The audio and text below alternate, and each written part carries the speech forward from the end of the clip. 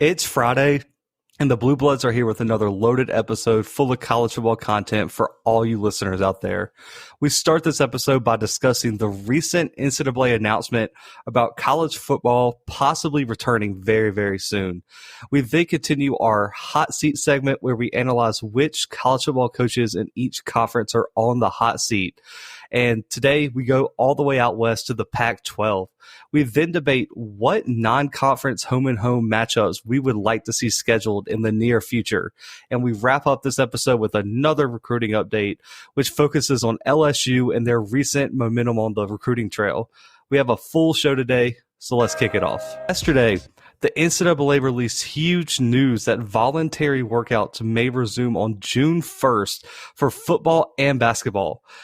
And this move, this now moves the decisions into the university's hands to decide when student athletes are permitted to come back to campus. Conferences like the SEC and Big Ten have conference calls scheduled all day today and should be making an announcement very soon. But some schools, such as Wyoming, have already announced that student athletes may return to campus on June 1st, while other schools, such as Ohio State, announced that workouts can resume on June 8th, about a week later. So, Brandon, this has set the stage for college football making a comeback this fall and even possibly this summer. So, do you think this is a good idea? Is it too soon? And does this only make you more confident in the return of college football? I'm never going to say I think it's too soon because the more college football I get, the better. I've kind of, I don't know if you guys can kind of tell from the past few months, but I've been what I would consider tweaking because I just don't have any college football. It's mainly just been talking about college football and I guess that's what this whole podcast is. It's talking about college football, but I mean, we're really talking about other people who are talking about college football at this point, and it's getting a little ridiculous. Zach, I don't know if you agree with me or not, but I hate it. I literally just want content to. I want to be talking about who's going to win the second week matchup between Oregon and Ohio State. I want to be talking about stuff like that instead of, hey, do you think college football is going to come back, or how much would it cost if college football was canceled? Yeah, we're turning into Revell slowly. No, but see, we used to be a podcast that would talk about college football. Like we'd watch games, we'd talk about that, we give our own takes.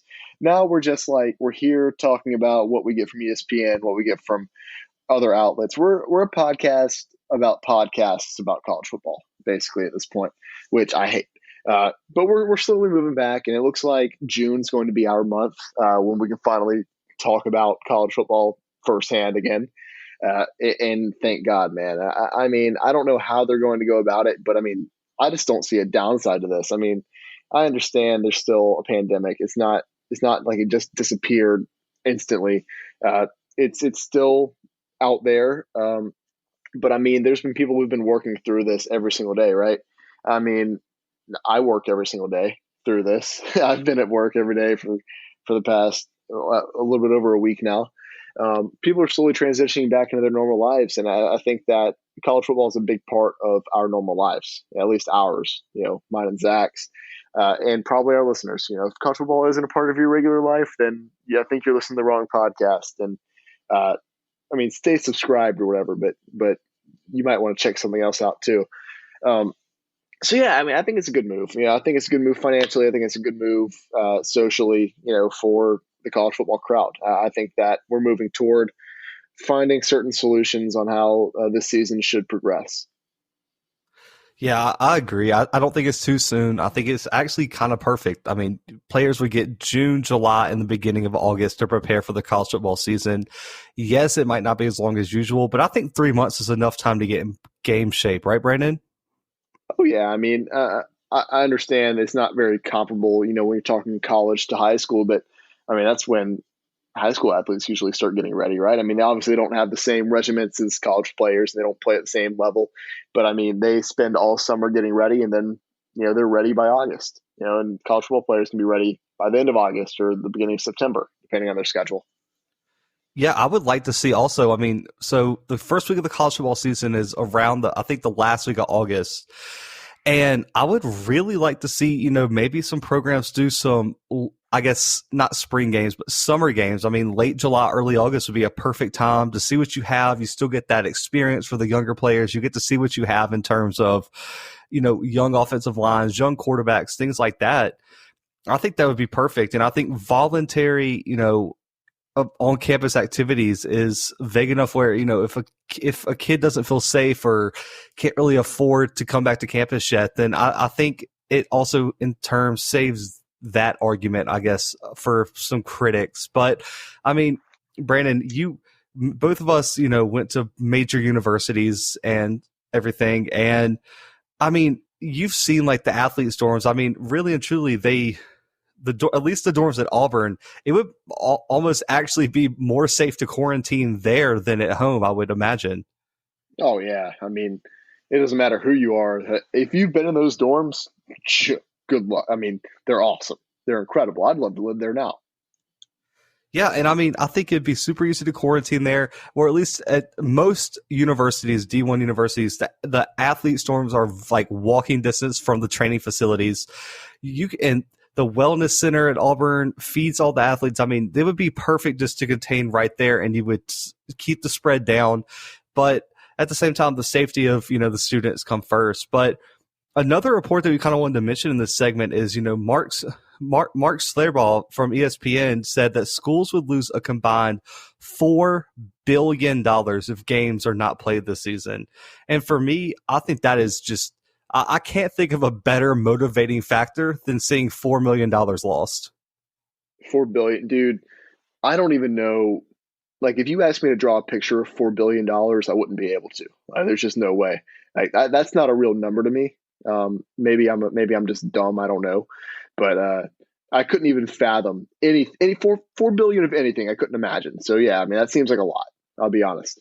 Yeah, and just for the 65 Power 5 schools, yes, in case you didn't know, there are 65 Power 5 schools. I didn't know that.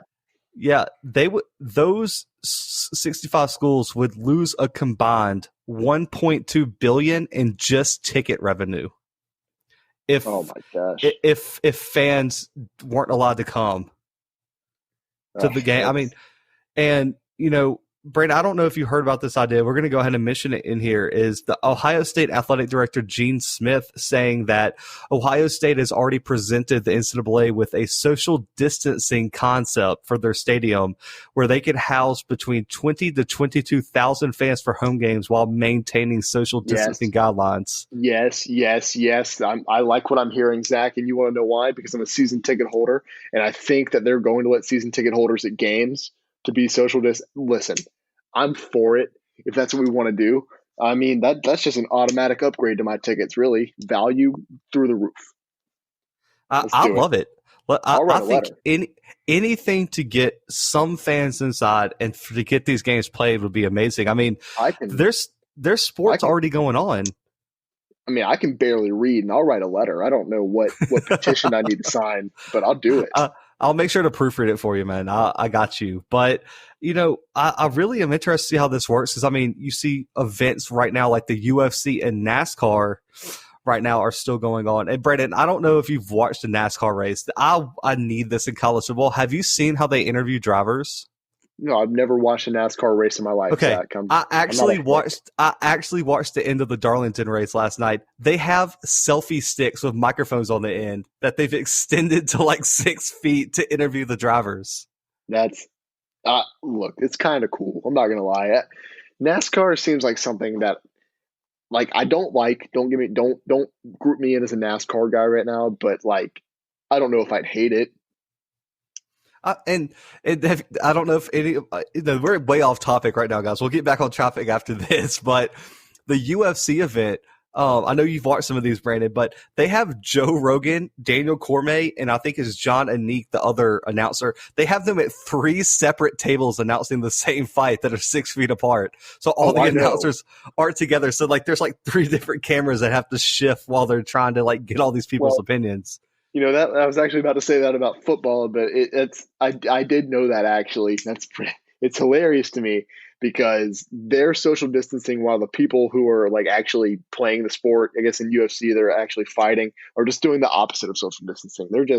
They're intentionally catching whatever the other person has, right? Well, to be fair, the NASCAR race, they all have to wear a mask when they're not in the car. Okay, I thought you were about to say when they were in the car. I was about to say No, I mean, did anyone die? I'm, Because I mean, they all have helmets, so I guess that's better than a mask. Is like a fireproof, heart. yeah, There's too much stuff. But back on topic, guys. Sorry about that one. But $4 billion. I don't see how any college that can play. I don't see why they wouldn't. The only D1 colleges right now that might be in trouble, I believe it's San Jose State, and then two of the smaller other California schools. I'm blanking out on their names right now, but those are the only schools that are in trouble due to California's ruling that some state schools can't play sports right now. look, I'll be honest with you. I don't know how they're in trouble because there's no way that San Jose State makes money from their ticket sales, right? Yeah, but I mean, they still have. No offense to any San Jose State fans out there, but are they really making money off of football? I I don't know. I mean, they probably make some off of the TV deal, but that's probably it if I had to imagine, right?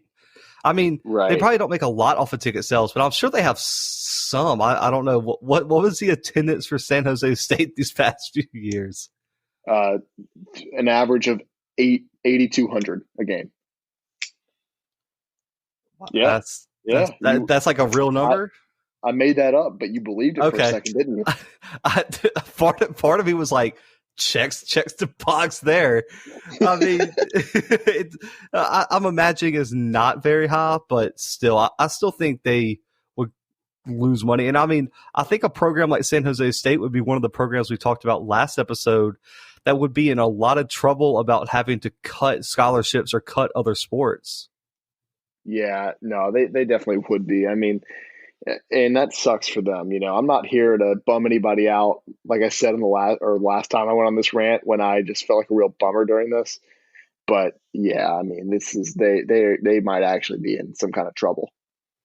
Yeah, I can't imagine that they have a huge. They're way in the positive in terms of financial budget for their athletic department. But guys, we're gonna move on to our second topic of the day. It's become kind of a staple for the past few episodes, and it's our hot seat segment.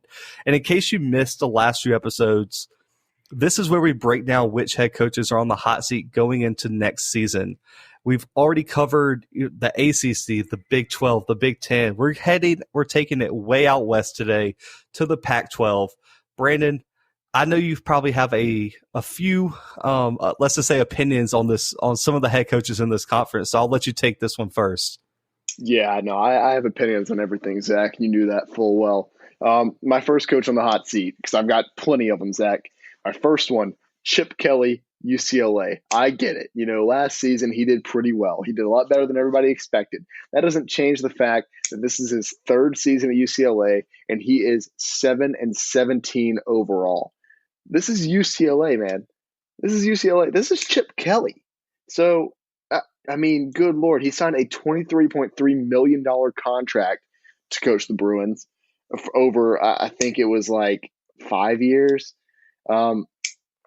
He signed a $23.3 million contract to go 7-17 so far. I don't think that bodes very well in Los Angeles or in Westwood, where UCLA is. This isn't like a super storied team in college football, but I mean they've made their mark, right? I mean, they're not like scrubs by any means, or they're not supposed to be, and that's just what they've been the past few seasons. I mean, you see UCLA on your schedule, and you think, oh, okay, well that's probably a pretty easy game, especially if we're playing outside of Los Angeles. So yeah, that's first and foremost. I think he's on the hottest seat in the Pac-12 right now.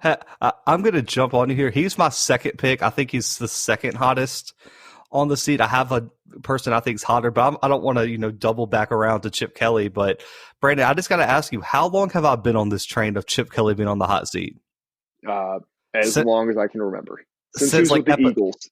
I'm about to say since episode 3 of this podcast. So guys, in case you are new, go check out those episodes, but don't really, because they're not as good as the current episodes. But I mean, Brandon, so these past 2 years, I'm going to give you some losses, okay, that UCLA has suffered. And I want you to rate them how bad on a scale of 1 to 10 about how bad of a loss it is. Okay, go ahead. All right, in 2018, he lost to Fresno State. Oh, that's pretty bad. But Derek Carr did go to Fresno State. I don't think he was there because He definitely was not there. he's like 50 years old. So I'm gonna go ahead and give that. Is 10 bad or is 1 bad? Yeah, 10's bad. Oh yeah, that's like a 9. That's pretty bad. Yeah. Arizona State, but before Herm Edwards got all his talent in there. Oh, that's real bad. That uh, I'll give that like a 7.2. Okay. And Cincinnati before Luke Fickell started recruiting like really, really well in there. Cincinnati wasn't that bad though before Luke They Fickell. weren't 2000. They weren't 2019 Cincinnati though. No, not by any means. And they played in UCLA. Yeah, it's an 8.4. That the UCLA thing pushed them over the edge. Exactly. And then last year, Brandon, they lose to Oregon State, who was projected to finish last in the Pac-12. Oh, yikes! Yeah, that's just a 10. Yeah, they lost to Arizona, who has had 2 straight losing records. Uh, Not 7.9. Okay. And then the last one, Brandon, San Diego State. That's like a 12. That's terrible. That's without Penny too at running back. Was Kawhi there? Dude, I don't think San Diego State had any athlete in the world on that team when they lost. I mean, those are terrible losses. And if you look at this, I think their schedule this upcoming year, the reason he's number 2 on my list is because I think there are some key games that he could win, but I'm not confident about. So, Brandon, I'm going to list these 4 games that I think are going to be key to Chip Kelly's future. And I want you to let me know if you right now, off the top of your head, you think they win these games, okay? Okay. At San Diego State. So last year they lost at home to San Diego State. This year they got to travel to San Diego State. That's tough. That's really tough. But I think they can win that game. I'm pretty confident they can win that game. Yeah. All right. At Hawaii on the island. Nope. They lose. They lose that game 10 times out of 10. Exactly. At Arizona State with Herm Edwards. Man, that they lose that game too, and I don't think it's close. Yeah. And then at Oregon State, who they lost to last year when they were trash, who just had probably the best recruiting class in Oregon State history. I want to say they win that game, but I'm not confident. So I'm going to stay like in middle ground, but I'm leaning toward Oregon State winning. Yeah, so 1-3 against probably their trickiest games, and they still have to play that Pac-12 schedule. It's not going to be good, guys. Their trickiest games. Yeah, I think Chip Kelly's probably gone, but if he can pull out some of those close games, if he pulls a 49-17 comeback in the third quarter again, he might get to keep his job. But I think if he loses that Washington State game and doesn't set it right this year, I think he might have been gone this year. Right. No, I full disclosure thought he was going to be fired like 4 games into the season this year. Well, yeah, he started like 0-6. Yeah. I was sitting there like yelling at the TV, like, how is this man not fired? It's I love garbage. him, but whatever. He's definitely not the Chip Kelly from Oregon. I mean, he just has not. He hasn't recruited well. He hasn't put the on the field performance has not been great. I just think he choked this opportunity away because I think at UCLA you should be able to recruit elite talent. No, absolutely, for sure. It's bad. So who is your second pick, Brandon? I don't want to put him on the hot seat, but I think he's on the hot seat, or he's on the warm seat at least. And that's Clay Helton. I knew it. I don't want to put him on there, but I mean, like USC's AD said that he's on the hot seat. Basically, they said he's their coach for this season. He didn't say anything about the future. So I mean, I think that's like inherently means he's on the hot seat, right? Like he's not allowed to just relax anymore. And I think he's done a pretty good job with everything he's had. I mean, so this is his 6th season there, which didn't realize that he'd been there for that long. 6 seasons, goodness. 6 seasons, he's gone 40-22, which not terrible. I understand, recency bias is going to take weight here. I mean, in 2018, USC went 5-7. That was their first losing season since 2000. That's not good. I don't know, man. It's just I think their schedule this year kind of sets him up if they end up playing even. They had to play Alabama during their regular season this year. I don't know who scheduled that, but just an overall bad move by USC there. So I don't know if he makes it all the way through the season this year. If they go 1-11 but beat Alabama, do you think he keeps his job? Yes. Yeah, I also agree. I think USC was signed to a lifetime contract. They feel like bet perfect. No one gets fired the year that they beat Alabama. That doesn't happen. That's also fair enough. Gus Malzahn has literally he waits until he's on the hot seat to beat Alabama, and then he's good for like at least 2 years until he beats Alabama again. Yeah. But Brandon, so my number one pick here is someone that has not been named yet. I don't know if you even see it coming, but it is Kevin Sumlin at Arizona. Yeah, I knew you were going to say that. And he was on my list too. Like I said, I have a very extensive list. Yeah, I mean, it's bad. Okay, so I'm probably gonna be a little tough here, but I don't think he deserved the job in the first place. No, I don't either.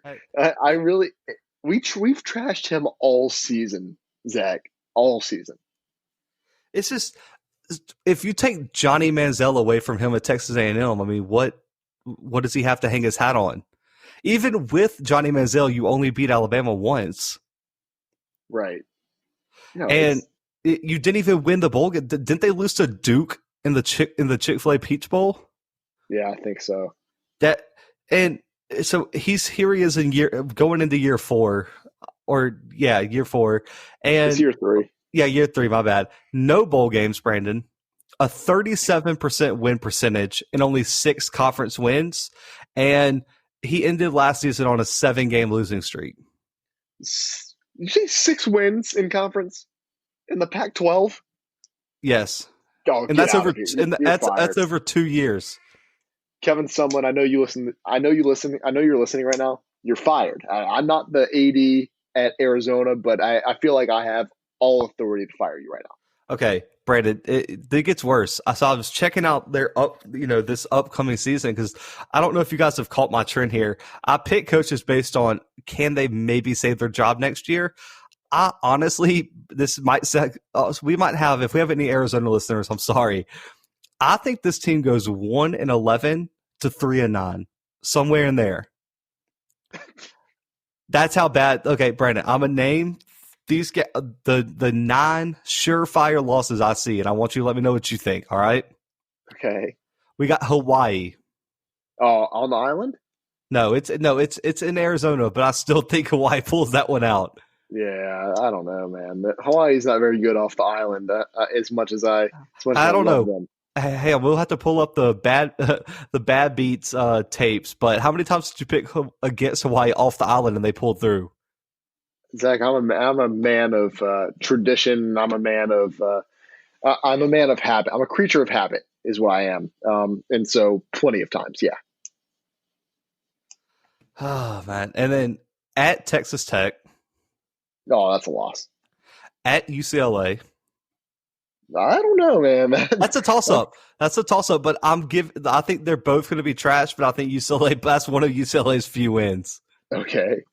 Because it's at home. They should pull that one out. Then they play USC, probably an L.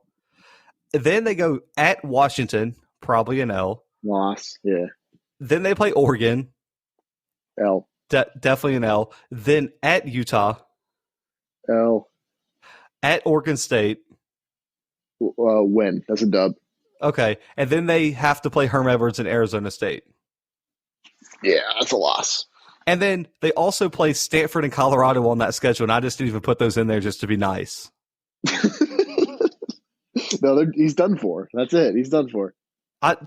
That's 9 games I listed, and then Stanford and Colorado is 11. I could easily see them, if stuff goes real south, losing all 11. And the biggest thing for me is I would like to see a coach develop talent. As a college coach, you should be able to develop talent, right? You recruit these kids from around the country. You're supposed to make them better players. Right. Brandon, have you heard of Khalil Tate since Kevin Sumlin arrived in Arizona? Do you remember when Khalil Tate was supposed to be a Heisman contender? Yes. Yeah, I put a missing persons report out. I think Kevin Sumlin hit him. I mean, Brandon, in 2017, he had 1,500 yards rushing, passing with 26 touchdowns. In 2019, after being under Sumlin, he threw for less than 2,000 yards and only rushed for 400 and threw for 14 touchdowns and 11 interceptions. No, it's definitely not good. I'll say that. And this is a guy who gets all the credit for Johnny Manziel. I don't think he deserves any credit for Johnny Manziel. You know who I think deserves credit for Johnny Manziel? Mike Evans, mossing people every day. That's a fact. Zach, do you want me to make you throw up real quick? Hit me with it. Do you know how much money Kevin Sumlin's getting paid over the next 3 seasons? An ungodly amount. They're paying him $11 million over the next 3 years to coach Arizona. What? Oh, man. Zach, you're disappointed. I can tell. I don't even know what to say. I'm just like, I said Michigan was getting robbed blind and UCLA was getting robbed blind. Arizona, come talk to me. I can get. We know a lawyer. We got you. We can get you out of this. Okay. This is terrible. I mean, they overpaid for an average SEC coach. I don't even know if I'd call. I mean, I don't even know if he's average, really. Yeah, because Texas A&M was average, but I don't know if he was. That's true. I think he just benefited from the talent that was there. I mean, when you give, what happens if you give Nick Saban or Dabo Swinney Johnny Manziel? No, yeah, you're right. You're absolutely right. I think they jumped the gun too much. I mean, and we've seen Arizona do this a few times, right? You remember when they hired Rich Rodriguez? No, oh my gosh, I'm disappointed that you brought him up. It's not good. There's a lot of bad things to say about Rich Rodriguez right now. Listen, we're going to have an intervention episode where we just talk strictly to the ADs of like Arizona, UCLA, and Michigan. Yeah. Because they're going down a path of no return here. Well, we don't have to talk to Michigan, but we can definitely talk to Arizona and UCLA. We're talking to Michigan. As co-host of this podcast, Michigan will be included in the intervention. All right, whatever. Oh, man. But, guys, we're going to move on. Third segment of the day. And this is a unique segment, I say. I mean, I wish it was a snake draft, but it'd be hard to snake draft something like this. I mean, we could just give 3-1 each of them. We'll snake draft it. But, guys, as we talked about earlier, the lack of college football news, fans and us really only have future schedules, way too early predictions, and hot takes to keep everything going as of right now. Schedules have been planned years in advance, and I mean, I found multiple schools with games scheduled as far in advance as like 2032. Yeah, guys, that's like 12 years from now. So that seems a little outrageous for me, but this sparked this segment where Brandon and I will pick 3 non-conference home-and-home series that we want to see scheduled in the near future. Brandon, kick it off. What is the first matchup you want to see? I don't know if I'm necessarily doing this in order, but I do have my reasons behind them. I don't know if this is the one I want to see the most, but the first home and home I would love to see would be Florida and Ohio State. The Urban Meyer Bowl is what I've dubbed it already. I think that these are two programs that, Ohio State's already like on the top of the mountain, and Florida's definitely on the rise. So this would just be an insane game year in, year out. And like I said, it's the Urban Meyer Bowl. Yeah, who's truly better after Urban Meyer left? We don't really know. We could find out easily. But yeah, I mean, this would be an incredible home and home. And I don't even know if these two teams have they ever even like played in the regular season before. We probably do some research. In the regular season? I don't know. I know they played in 2012. I know they played in the Sugar Bowl a few years ago. Yeah, and they played in the national championship, didn't they? In 2006? Yeah, they did. Yes, I mean they've played before, but I think it'd be a awesome. I like it. I mean, let's see. Hang on. Yeah, they've played twice, and Florida's won both times. See, Ohio State has to redeem themselves. They played in 2007 in the national championship. Florida won 41-14, And then they played in 2012 in Jacksonville, and Florida won 24-17. Okay. Huh. In Jacksonville. That's a pretty good neutral site for these two teams. I think it was in a bowl game, bro. Like, you're good. You don't have to be all upset. My bad. Oh, I'm crying, man. You say this unfair. I mean, it's you know how Florida works, man. They play their rivalry game with Georgia closer to them as well. They're like, it's a perfect neutral site. It's like you're in the state that you're in, and they have to go across state. They're in North Georgia, and you're in the Panhandle right next to Jacksonville. How is that neutral site? Yeah, it's not. I don't know if it's the Panhandle. It's pretty close to the Panhandle, though. Jacksonville or Gainesville? Gainesville. I mean, Gainesville's more Panhandle than Jacksonville. No, it's not. Jacksonville it's on the coast, but it's like as north as you can get in Florida. That's true. I'll give you that. I just count all North Florida the Panhandle. Like, it's just all there. Then how is Jacksonville not? Zach, this isn't geography lessons right now. Who's your home and home you want to see? Okay, I'm just going to go ahead and give my obvious one first. Okay. This is a cop-out for this segment. Brandon, how much would you like to see Dabo versus Nick Saban, home and home, in week 1? Zach, I had this on my list too, and I want to – can I give you my reason first? Yeah, go ahead. Go ahead. Okay. The reason I want to see this is because I'm sick and tired of seeing these two teams play in the playoffs. I want one of them to have to lose in the regular season so that they're just a little bit less likely to meet again in the playoff. That's the only reason I want to see it. You must not know anything about the playoff committee. If that game was close, and let's say Clemson was 4, Clemson or Alabama, whoever was ranked lower, if that game came down to like 1 score, that team's moving up. That's true. I hate that. I hate that so much. I mean, I don't even feel like this needs explaining, but I guess since we're a podcast, we need to explain it. I mean, this matchup has been a national championship game or a playoff matchup for 4 out of the last 5 years. And last year was the first time it wasn't, and it's because Alabama didn't make the playoff. And if they would have, Clemson would have played them because Clemson was the 1 seed. Or no, Clemson was the 2 seed. Oh, no, they would have missed it. That would have sucked. Been terrible, yeah. Oh, that would have been LSU versus Bama again? I would have hated that. That would have been the worst day of my. Actually, I take it back. I would have loved to see LSU. Yeah, Tua's hurt. Yeah, Tua was hurt. So LSU was taking that game. But, I mean, Brandon, imagine Bryant-Denny Stadium or Death Valley, night game, week 1 for this matchup. I don't think – honestly, it would probably set records for the most watched college football regular season college football game of all time. Yeah, probably. I think it would be definitely very cool. Now – It's one of those games, like my first game, Florida and Ohio State, is a game that could realistically happen. Do you really ever see Alabama scheduling Clemson regular season? No way. People say this is unrealistic, but Georgia's got a game with Clemson scheduled. I think LSU's in talks with them, and Auburn has played Clemson multiple times. I think it's like 2026 and 2027 for LSU Clemson.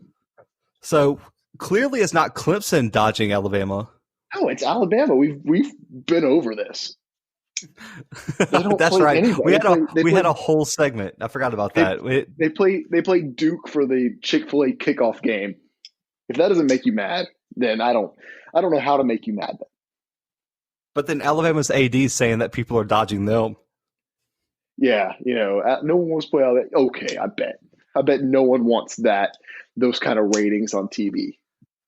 It's so that stupid. Money, all that. I mean, oh man. So I kind of cheated on this list, Brandon. Do you want the second one because you're going to be real mad about this one? But I have a good explanation of why I have this one here.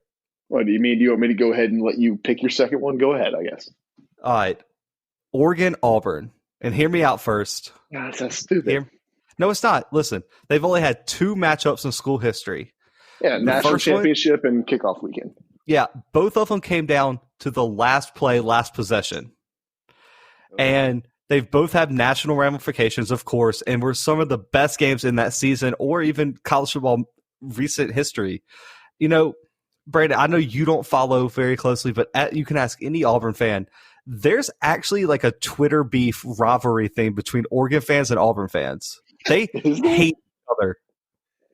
Okay, I They like that. hate each, and it all stems from, was Michael Dyer down in the national championship? Oh, okay. And Oregon fans argue that the wrist extends to the elbow, and so he was down, while Auburn fans say that no, it was just his palm, and it goes back and forth. And I was there for College Game Day and this game. Oregon fans and Auburn fans hate each other. It's such a weird rivalry between the fans that literally it could be one of the most hostile home and home series in this list. Autzen Stadium and Jordan Hare are both underrated environments in the first place of college football. It would make for must-see TV to see Auburn go all the way to Oregon and Oregon come down to Jordan Hare. And the fans, I'm telling you, Brandon, the only reason I put this on here is because if we have any Auburn or Oregon fans listening, they comment and let us know, because I know for a fact they would love to see it, because Oregon and Auburn hate each other. Yeah, that's okay. I get where you're coming from. There's always a good Twitter beef rivalry that a team needs.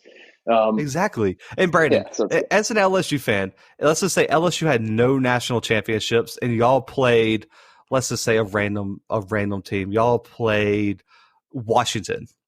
And Washington beat y'all on a controversial call to take away your national championship, and now you still don't have one. Would you not hold a little hostility toward Washington? I don't know about a little, but yeah, like a lot. Yeah. A lot? Yeah. So that's why I'm picking that one. It might be unconventional. If you're an Auburn or Oregon fan, let us know, because I know for a fact the Twitter beef before that Auburn-Oregon game this year was outrageous. I didn't even know it was a rivalry until this year. Okay. So with my second pick, since you snatched Alabama Clemson out from underneath me. It's a snake draft. Oh, yeah, but you snatched it out first, from underneath me. I went twice. Now you get to pick, and then you get to pick again after it. Well, see, you made the snake draft very unclear. See, I didn't know we were doing a snake draft until right now. So, all right. You were the one that was screaming in the intro to let's do a snake draft. Yeah, I love snake drafts, Zach. Can you blame me? They're the best. All right, so what I'm going to do right here, I'm going to go let's go with one. I don't even know if you have it, but I want to see this. And I want to see this because of recent events. I want to see Texas A&M revived. Wouldn't that be a great rivalry? I get that. I love that. That is a rivalry that should have never been cut. Did you hear what Texas's AD said about playing Texas A&M? I briefly remember it, but let everyone know what he said. So Texas's AD, when Texas A&M kind of reached out about maybe reigniting this rivalry, or maybe scheduling each other again at some point in the future, Texas's AD said they're only focused on playing teams who have a national championship, which bananas for Texas to say that right now. I get that they have national championships, but when was the last one? Right? 2006. That's bad. That's bad. That's real tough. I mean, it's not bad, but when was the one before that? We're talking like 80s. I mean, you can't sit here and say, "Oh no, we're looking at teams who have national championships and then play the way that Texas plays." I mean, they're the best braggers they're bad at bragging, but they're real. Okay. They'll keep doing it over and over again. Brandon, do you want to hear the worst possible thing ever? They're talking like that. Texas A&M has 3 national championships, and Texas only has 4. Yeah, so I may have been misquoted here. He may have said that we're only playing national championship contenders or something like that. Yeah, he said contenders, but when's the last time Texas competed for a national championship? Yeah, when was the last time they were contenders? I guess in 2009, kind of, until Colt McCoy just snapped his leg in half or whatever he did. No, he didn't snap his leg in half. Never mind. Just go. I'm end up cussing on air. We're gonna take it off of Apple Music or Apple Podcasts. It's good, dude. Just go ahead and take it. I'll tell you off air what he did. We're gonna put the explicit tag on this episode. Yeah. So Texas bums. Everyone knows it. Everyone knows how much I hate Texas. Which, I guess it's my turn again. This is the snake draft. Here's a fun one for me. I don't know if anyone else wants to see it, but I'd like to see Alabama and Texas play every year. And that's just because I want to see one of them lose for sure. I want to make sure that one of them loses. I love that idea. I hope they both lose.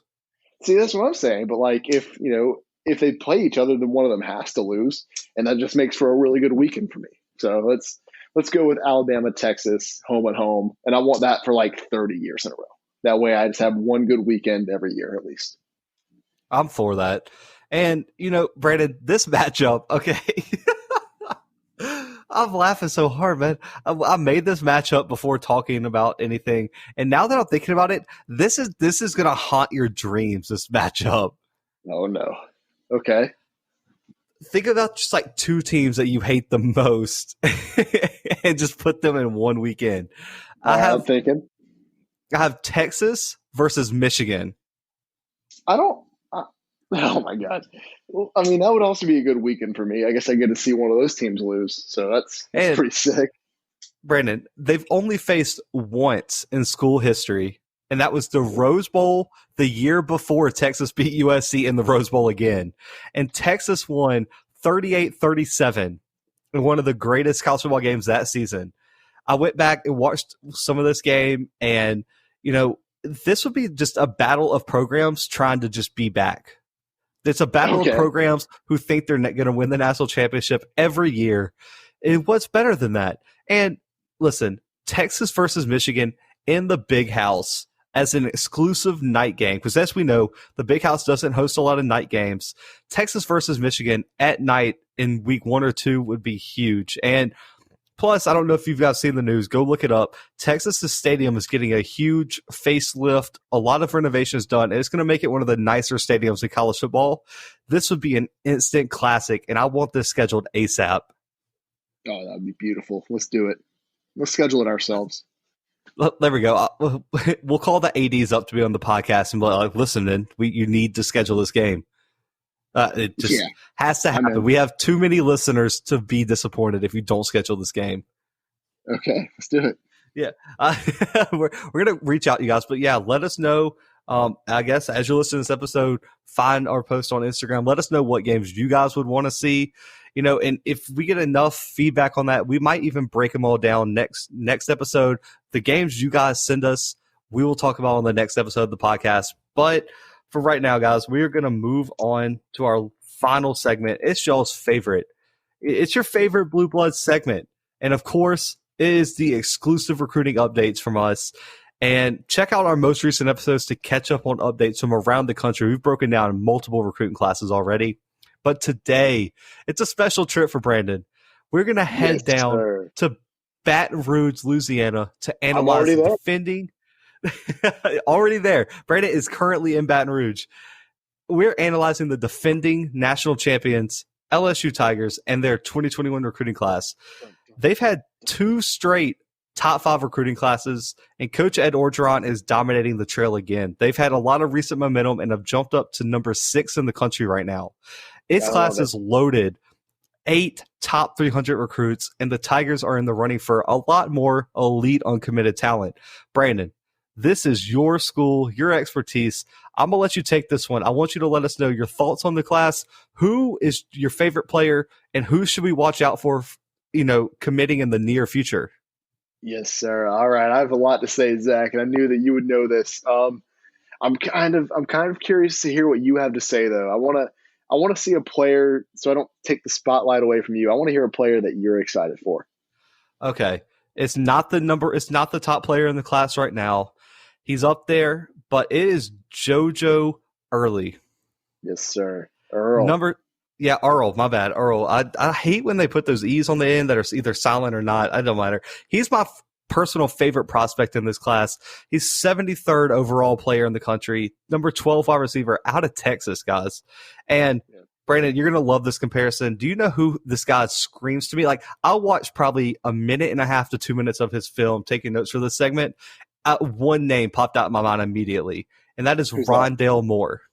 Okay. He is the next Rondale Moore, but he's better than Rondale Moore, if that makes any sense. Guys, SEC defensive coordinator should be terrified. This dude runs a 4.28 as a junior in high school. So fast. Elite game-changing speed is going to cause a lot of problems for SEC defenses, and I expect this kid to be a borderline 5-star by signing day next year. And in case you guys haven't seen, go watch his film. This dude is electric. And I've said that about a lot of players. This kid might be, I'm an Auburn fan. This kid may be my personally favorite recruit in the entire country. This kid is going to be really, really good. He's going to be better than Justin Jefferson. He's going to be better than Jamar Chase. And I'm putting that out there right now. Wow. This guy already over 2 straight seasons of over 1,000 yards receiving and over 15 touchdowns. He's a 2-time state champion. He's a winner. And this is in one of the toughest high school states in the country in Texas. Listen, guys, I don't get too personal on the podcast, but listen, every single night I'm going to kneel at the end of my bed and pray that this kid decommits and comes to Auburn. Oh, you don't have to do every that. single night I will pray, because Auburn has offered this kid a scholarship and was in the running. I need this kid in my life, and if not, I might have to secretly root for him in those ugly, ugly purple, yellow, and white jerseys. What do you mean ugly? It's the best jersey in college football, Zach. But get out of here! Get out of here! Do not disrespect. Do not disrespect. No, don't disrespect Pitt. Don't disrespect all these other teams. It's cool colors, man. But, all right, so let me go on my spiel, Zach. I knew you had a player in mind, JoJo Earl, fantastic athlete. I can't tell you how ecstatic I was when he announced his commitment on April 23rd this year. And, oh, my goodness, there's just so much to talk about in this class, right? I mean, LSU doesn't have a 5-star commit yet. No big deal. They're getting around to it. They have 12 commits right now, one of which is a punter. So they essentially have just 14 more scholarships because this kid, no chance. He's the best punter in the country, by the way. So no knock to him. But so where should I even start? Let's start with Rajon Davis. We're talking about the outside linebacker from Mater Dei. Ever heard of it? Mater Dei High School in Santa Ana, California. Fantastic recruit. He's LSU's highest rated commit so far. He's 4 stars. He's 40th player in the country, 5th in the state of California, 3rd outside linebacker in the country. And when I was watching his tape, I took a few notes. I would consider him a play disruptor. I think he's going to be an edge rusher at LSU. LSU likes to do this thing where they bump their outside linebackers up to the edge, and that just kind of looks like the way that he plays. It kind of looks like his style.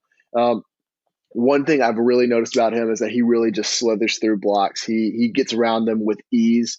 It looks like no one can even touch him, and he attacks the ball. And I mean that literally. I mean, just watching one highlight tape from him, and I've seen several, but watching this one today, there were countless forced fumbles. And this kid is an athlete, and he's going to be a guy that you want on your side of the ball. Moving on, like Zach said, JoJo Earl. I want to hear kind of your breakdown of him, Zach. What kind of receiver? I mean, I know that you gave a comparison for him, but what kind of receiver do you really think he is? Okay, so I think he's a little small in terms. I don't think. Yeah, he's not a possession receiver, but he's gonna. For me, he projects in the slot for sure. Because if you put him in the slot, if they don't move their corner inside and you match him up on a linebacker or a safety, it's over. I mean, this dude. Whoever the quarterback is, if it's Miles Brennan at the time when he gets in here as a freshman, just tap on your helmet, bro. Hot route down the side of the field. They're not going to be able to catch him. He's that fast. Kid's super shifty. He's quick, and more than anything, I think he's just an excellent route runner. I mean, did you watch any of it? I mean, I know you've seen his tape, but no, I mean, what that size. So that's what you get with people like Rondale Moore and these smaller wide receivers is they don't have the physical skills like you see in like a Julio Jones or a Michael Thomas or someone like that who can use their physical abilities to beat corners. He's fast, he can use the speed, but he doesn't have that physicality and size to really just outman the receiver. So you have to be very, very precise on your routes. And I think you see it with smaller receivers like Julian Edelman.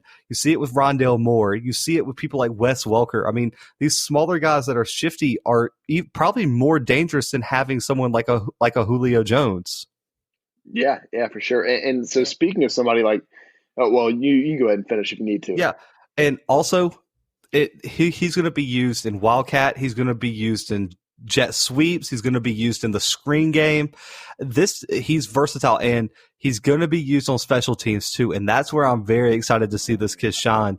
If he gets a full head of speed and you give him a small crease, it's over. And why not use him at running back some? He plays running back in high school, and he's so short at 5'9" that he can hide behind the blockers on kickoffs, punts, and on a jet sweep if everyone's going outside. LSU's got one of the biggest offensive lines in the country. If he dips down behind that offensive line, linebackers and safeties are going to lose him, and he's going to have some explosive plays. Yeah, it kind of reminds you of like someone like Trenton Holiday, right? I know he's not 5'6", but yeah. Yes. Yeah, Exactly. Familiar? Yeah. Anyway, so we can I'll go ahead and continue on to another receiver who might just be the complete opposite of JoJo, not in a bad way though. He's a big receiver. He's 6'2", Deion Smith, committed to LSU. He might have the best hands in the entire world, and I'm not kidding. Go watch his tape if you haven't. He bodies cornerbacks. He goes up and gets the ball. He comes down with it every single time. It's nuts. But like you said, Zach, you mentioned who would be passing to JoJo Earl earlier. And I think I have a good idea of who that might be. If it's not Miles Brennan or even after Miles Brennan, that's going to be Garrett Nussmeier, man. I truly believe this after watching his tape. He's a pro-style quarterback, 4-star commit to LSU out of Flower Mound, Texas. His tape, he doesn't look like a typical LSU quarterback, and that's because a typical LSU quarterback isn't very good. But this kid, he has excellent pocket presence. His field vision is just out of this world. He has a huge arm, and I honestly think he's the quarterback of the future for LSU. If they can't lock down someone like Caleb Williams, who, by the way, is just someone who's on LSU's radar, not to brag. Continuing, Landon Jackson, and this is the kid that I might be the most excited about at LSU. He's a weak side defensive end. And he is just the epitome of what an edge rusher is. He eats quarterbacks. He eats running backs. He won't be blocked. He's 6'6", 240, and he's bald. This kid, watch his tape. And you will not be disappointed. Just look at his picture, and it's like he scary. Looks 45 at minimum. It's terrifying. I'm scared of him, and he's like 17. I shouldn't be. Dude, could you imagine if you were in high school but you were 6'6", 240 and you looked like this kid? Do you have friends, or is everyone just scared of you? Because I think not like a bad scared, but like just like we have to respect you because you might kill us. Well, I feel like the teachers like get out of the classroom. He just like jumps at him one time. The teacher's like, "Oh no, my bad. You can teach the class. I'll sit down." This is actually your class now, Mr. Jackson. Go watch his tape, or at least look him up if you haven't seen him. This kid, you can tell. But a recruit, I've spoken about. Let's talk about some kids that aren't committed yet, I guess, is how I need to preface this.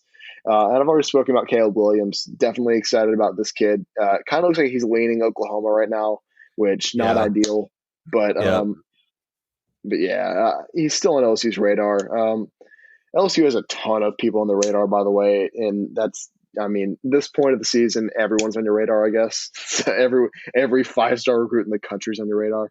But he's deciding between Oklahoma and LSU. I think he's going to go to Oklahoma, but LSU is still up there for him.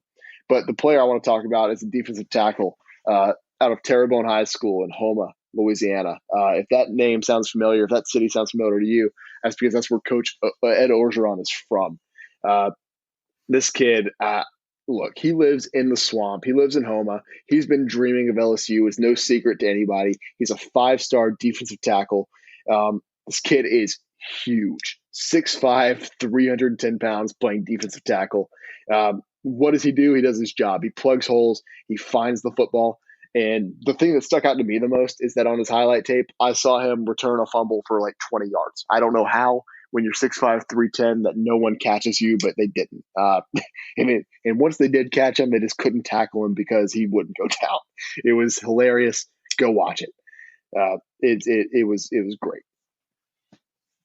I just want to preface this, guys. I wanted to kind of cover this before we wrap it up, but a lot of people are like, well, if this class is so good with so much talent, why is it sixth? And it's not even number one in the SEC. It's number two behind Tennessee. But I just want to let you guys know, Tennessee has 23 recruits. That means they only have 2 more scholarships to give out, while LSU only has 12 commits. So this class has a lot of room. Yeah, and one's a punter. And Tennessee has 2 5-stars committed, and LSU is almost passing them already. Trust me, guys. Tennessee, we covered them. They have a great recruiting class. I don't want to say they don't have a good recruiting class, but it will not finish top 3 in the SEC. No, LSU is going to be top 3 in the SEC and could be number 1 depending on how this goes, because Alabama and Georgia have gotten off to pretty slow starts. Yeah, they have, and that's been, I mean, you have to attribute that to COVID, right? I think you do. Yeah. Oh, I mean, we talked about this on the podcast. I mean, COVID is either working wonders for programs or just killing them, because I feel like a school who recruits so much locally, kind of like, LSU recruits a lot of kids from around Louisiana, Texas. So they have the advantage there. Alabama recruits a lot of kids from like California, and they go up into Maryland and they go into Florida, and it's just not close enough to really a bunch of kids commit at one time. But let me say it, June 1st, if it's unlocked, I expect Bama to make a huge jump. Yeah, I could see it. One last thing I want to touch on before we end this segment, Zach. It's something I've talked about with every recruiting class so far. It's time for Brandon's geography class. So we're here to talk about, you just mentioned it, about LSU and where they're recruiting. You just mentioned that they're recruiting around Louisiana, Texas. Sure, I guess you could say that. But they're also, they're all over the map, which to me is a little bittersweet, because if you know anything about LSU fans, you know that we love when LSU recruits the Bayou State. And at this point, there's only 2 commits from the state of Louisiana at LSU, which, we can expect more, obviously. I just mentioned Mason Smith, who's, I think, almost a sure shot to end up in Baton Rouge come this fall. Or not this fall, but come next fall. But, last week we talked about Texas cornering their state, right? That was like the biggest point for me. Yeah. LSU has 3 top 20 recruits from Texas. So if you are Texas, if you're listening, don't let Louisiana plant the flag. They already own Austin, and they kind of own Houston too. That's just Louisiana West as far as I'm concerned.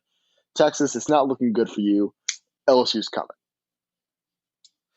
Yeah, it's LSU's going to be a problem for surrounding schools, because they have their state on lockdown because there's not any competition in the state of Louisiana. Louisiana Tech, Louisiana Monroe are not stealing recruits from LSU. No, just being honest. And, LSU has more pool in Mississippi than even Mississippi State and Ole Miss do. And they also have just as much pool as Texas, and they recruit better than SMU and TCU and all these other Texas schools, Texas Tech, Texas A&M. LSU recruits better than them. So they're getting good talent from all these surrounding states. Plus, they can still go pull recruits from Florida and Georgia because they're in the SEC. So LSU is positioned perfectly. Georgia kind of has a lockdown on Georgia, but Georgia Tech pulls a lot of recruits. Clemson, Florida, Auburn. Really and truly, to be completely honest with you guys, Georgia has to fight Georgia with Auburn, because Auburn is literally 15 minutes from the Georgia-Alabama state line. So Auburn's right there. And you have a school like Florida, they have to compete with Miami, Florida State, UCF, USF. All these in South Carolina and Clemson are in South Carolina. So there's all these schools in these other states. LSU is in a unique situation where they don't have to compete with anybody. Oh yeah. Any elite recruit coming out of elite recruit coming out of Louisiana is most likely a lock for LSU, unless someone comes in and steals them. Let's say tell that to Travis Etienne, but yeah, I get your point. That's because y'all kind of like screwed them, right? It wasn't really. No, that's what I'm saying. It's definitely bittersweet the way that LSU has been recruiting Louisiana recently, but yeah, man. For sure. And I just want to say this, guys. I'm going to be completely honest with you guys as we wrap this podcast up. I was not expecting Coach O to be this successful. I really wasn't. Brandon, were you? I'm going to say yeah.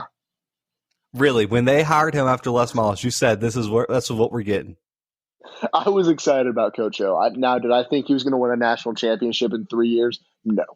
I didn't think he was going to be this successful, but I did think that he was going to be succcessful. Yeah, no, okay. I'll rephrase. I didn't think he'd be this successful. I think that's what I said, but just to reiterate, I thought he was going to be 8-4, 9-3, maybe a 10-2, 11-1 season thrown in there. I didn't expect this, and I expected him to be really good on the recruiting trail, but not even as good as he is now. And he's dominating on the field, guys. He's killing the recruiting trail, and he's doing just numbers in the Baton Rouge community. I mean, I don't think there's a coach that is more loved by the state/city they coach in than Coach O. Oh my gosh, no, it's not close. Well, if it was close, it would be Sean Payton, but that's no. LSU's the team in Louisiana. You can count the Saints, you can count whoever you want. LSU's the team, and Coach O is the coach. Yeah, but guys, that is a wrap on this episode. Another hour's worth of content for you guys. Guys, we'll be back Monday with another episode, so tune in, check that one out. Guys, if you're looking for the podcast, go wherever you listen. We should be on there. Tell your friends, family, everyone. You don't have to pay money. You can download Apple Music or Apple Podcasts for free. You can download Overcast for free. You can download Google Podcasts for free. We're available everywhere, guys. Spotify's free. Yeah, Spotify's free. And, they might put some ads in our stuff if you don't want to pay for Spotify, but it's fine. It's fine. I don't think they put ads in podcasts, do they? I don't think they let you like rewind or anything. Yeah, I'm not there's sure. limits. You guys let us know. But you can also find us on YouTube for free too. YouTube is also a free app. The podcast is on there. Social media, guys. Instagram at @the_Bluebloods. Follow us on there. Find us on Facebook at the Bluebloods Pod. And then, of course, Twitter at @the_Bluebloods. Follow us on there. We got to step our Twitter game up. Guys, we're bringing you guys 2 episodes a week. The second episode of The Audible is coming soon. Announcements will be made about that. You guys had a great turnout the first episode. We're coming back with the second one. We're going to keep this thing going. Guys, we have big stuff coming. Merch, more episodes, announcements, new social media things, website things. We will keep you all updated on everything. But to get all that news, got to follow us on social media. Finally, rate the podcast, guys. Find us on Apple Podcasts. Give us a 5-star rating.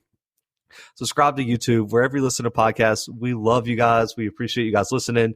You guys keep subscribing and listening. We will keep dropping episodes. That is how this whole thing works. But for right now, guys, we out.